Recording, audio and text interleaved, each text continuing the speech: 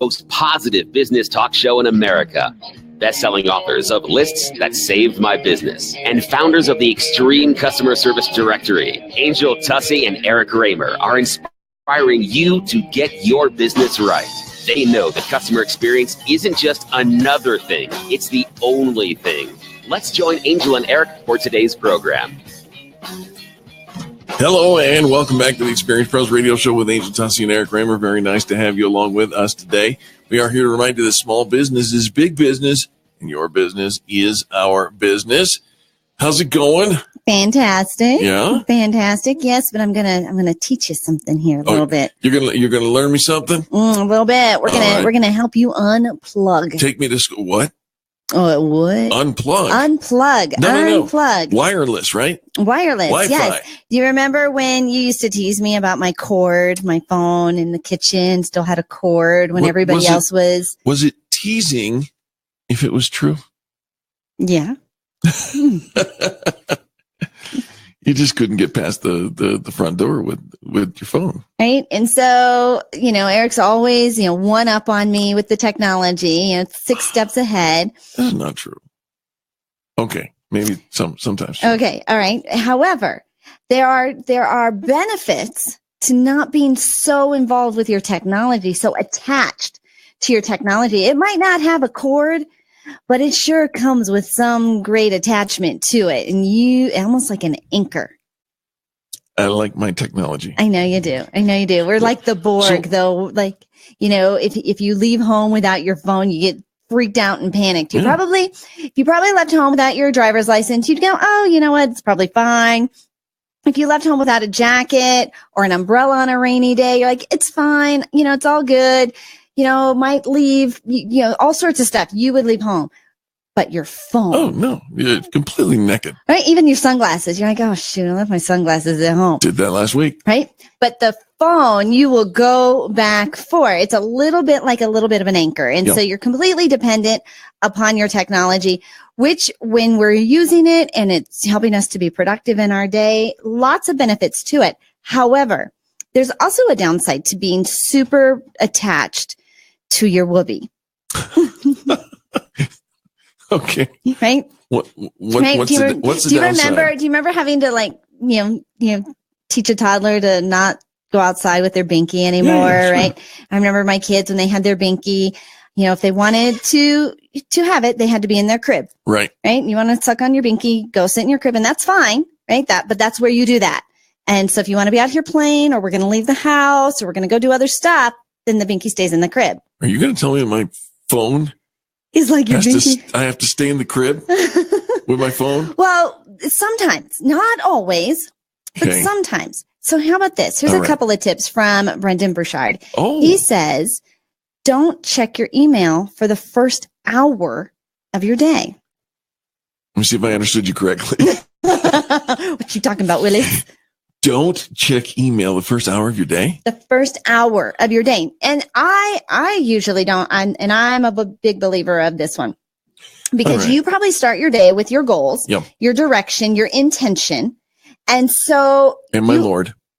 In your intention, right? All that, right? I have my devotional time. Sure. So whatever's happening on email is not part of that list of things that you want to do in that first hour of the day.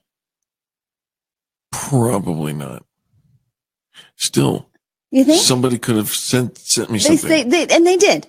Yeah. You've got lots of emails. You start your day. There are emails that came in overnight or after you stopped checking it the night before, because you stopped checking it the night before, right? No.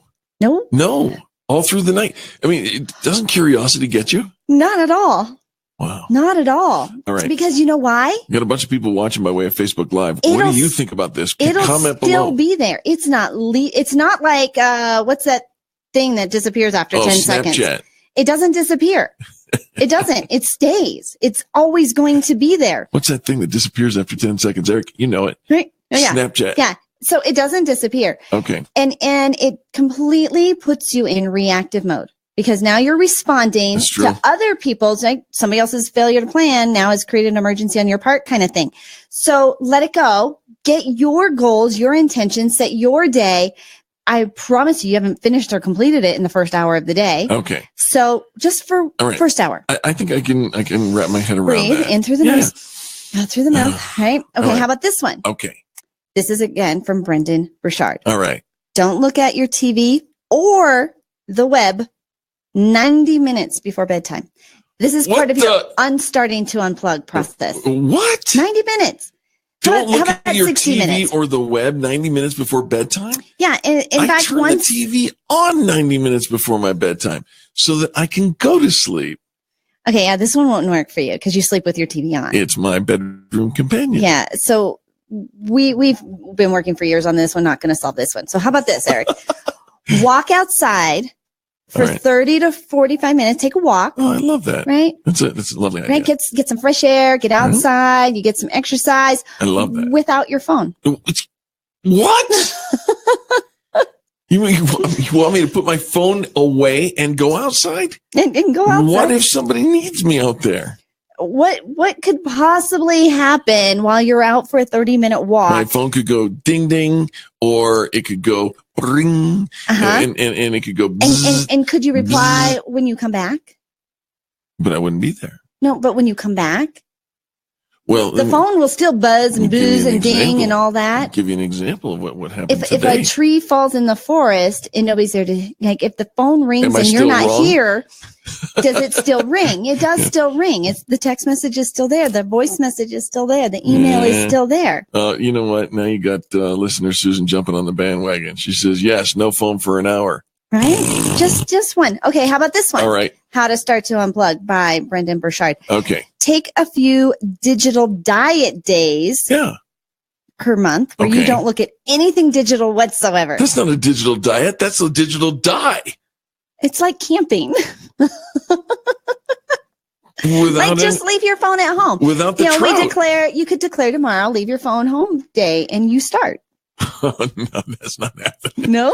Are you kidding me? Well, okay, maybe not on a work day. Let's go back to the original Maybe not premise. on a work day. Why are we looking to unplug like this?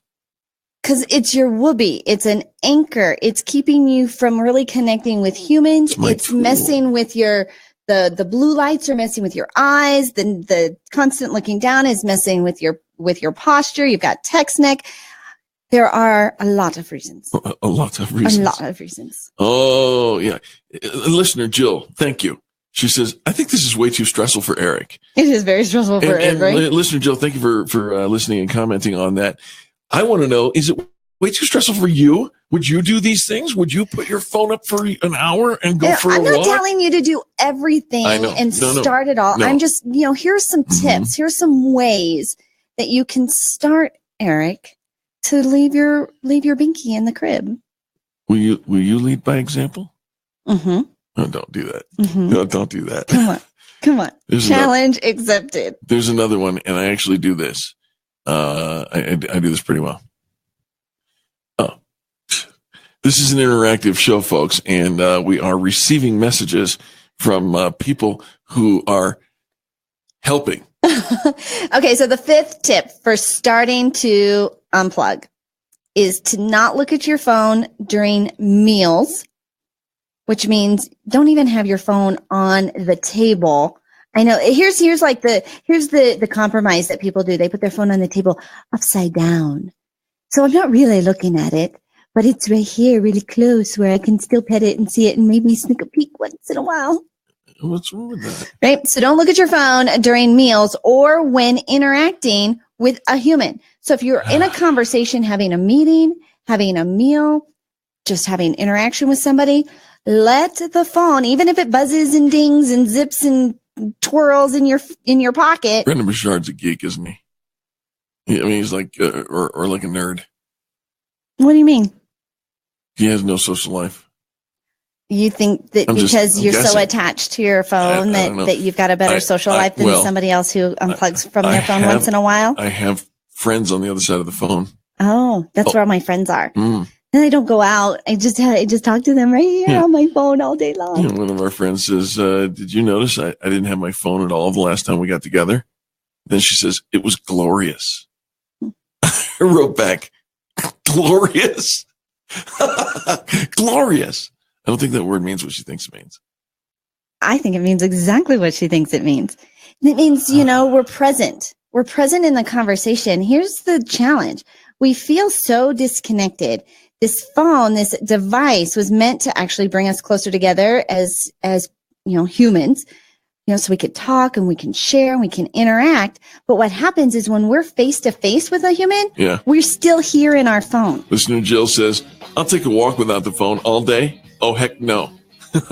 It's the adult pacifier. It is. Listener Susan says, put all the phones in the middle of the table, place one face down for dinner. Nothing's more important than the person in front of you.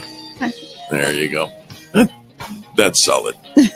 We'll be back right after these messages. This is the Experience Pros Network. You're listening to the Experience Pros Radio Show, America's home for positive business talk.